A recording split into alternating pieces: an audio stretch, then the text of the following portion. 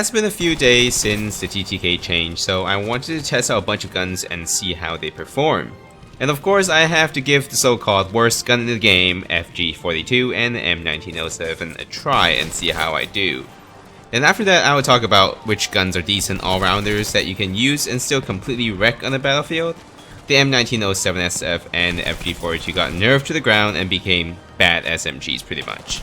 You're basically running around with 20-round SMGs with not very good hipfire spec, and no infinite heals or smokes to help you push closer. But can you do well with it? But yes, probably. I mean, I got on average a 5+ KD with these guns topping the leaderboard 6 rounds in a row, which is actually better than normal, to be honest. But that doesn't mean that it is the right thing to do to nerf it to SMGs. But anyway, I'm going to play a few rounds of front lines with these guns and see how I do. Alright. Let's get to B. Let's get on the right. Oh, on the left too. Got him. There's a few up here. The thing about this is now you're trying to aim for the head as much as you can. If you can consistently land those headshots, you can definitely win those 1v1 fights a lot more often. And this patch allows you to do that a lot easier. And because of all the recoil got decreased, and now it is almost like laser beam. So instead of aiming for the center mass, now try to aim up higher for the head. And I think it's going to improve your gameplay a lot. The recoil is really easy to control.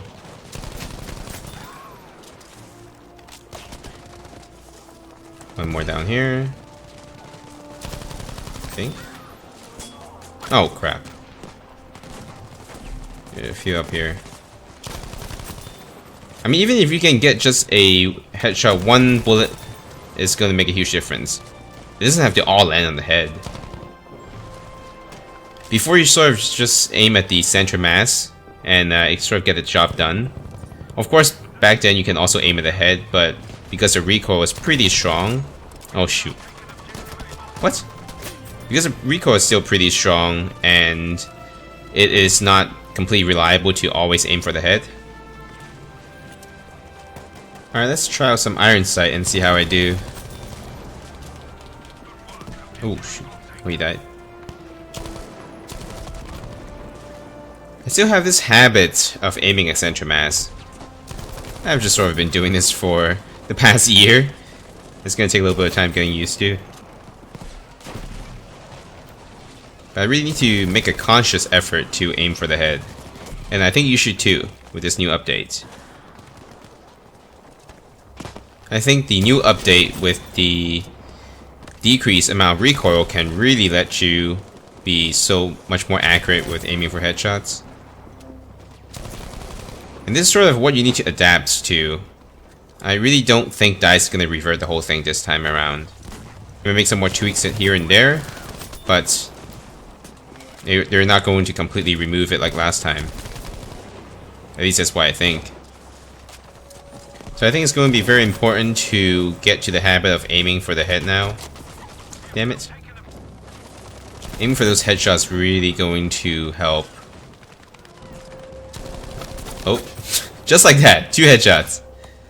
But aiming for the head is really going to help win the engagement faster. Now it is a lot easier to consistently land those headshots, and it's going to really bring you to the next level in this game now. And this is how they separate out, you know, the skilled players versus not so skilled ones. And before it's more of a recoil control to land your body shots, now it's going to be more of who can get the most headshots. Now I think it is not really the best idea for DICE to completely rebalance the whole thing now. I mean, if they were to have released the game just like this, I probably wouldn't complain too much. But it has been a year, and now they introduced this drastic change, and I can imagine a lot of people being a little bit more taken back.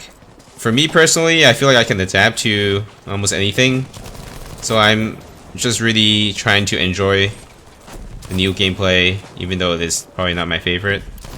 And with this new TTK change and recoil reduction, all the guns now become laser beams. It sort of hides this glaring issue with Battlefield 5, which is the random recoil pattern. And most games do have some sort of random recoil, but those are mostly arena shooters with much closer engagement distances. And with Battlefield being advertised as the FPS game with the biggest map and so on, the engagement distances are going to be much further away than your average FPS game, and with these random recoil in place, it effectively limits the range you can fight in.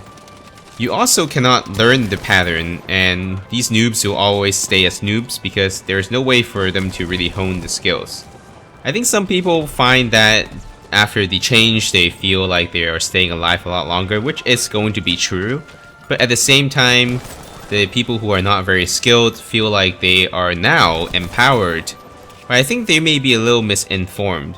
The problem is that the reason why they're staying longer than usual, other than the fact that the bullets deal less damage, is that now the pro players, or at least the players that are slightly better, are taking time and getting used to the new guns.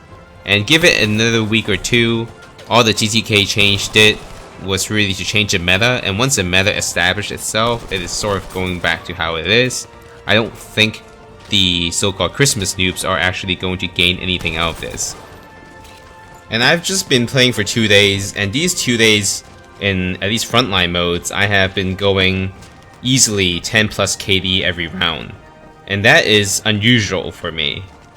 And I don't even know exactly how to explain this.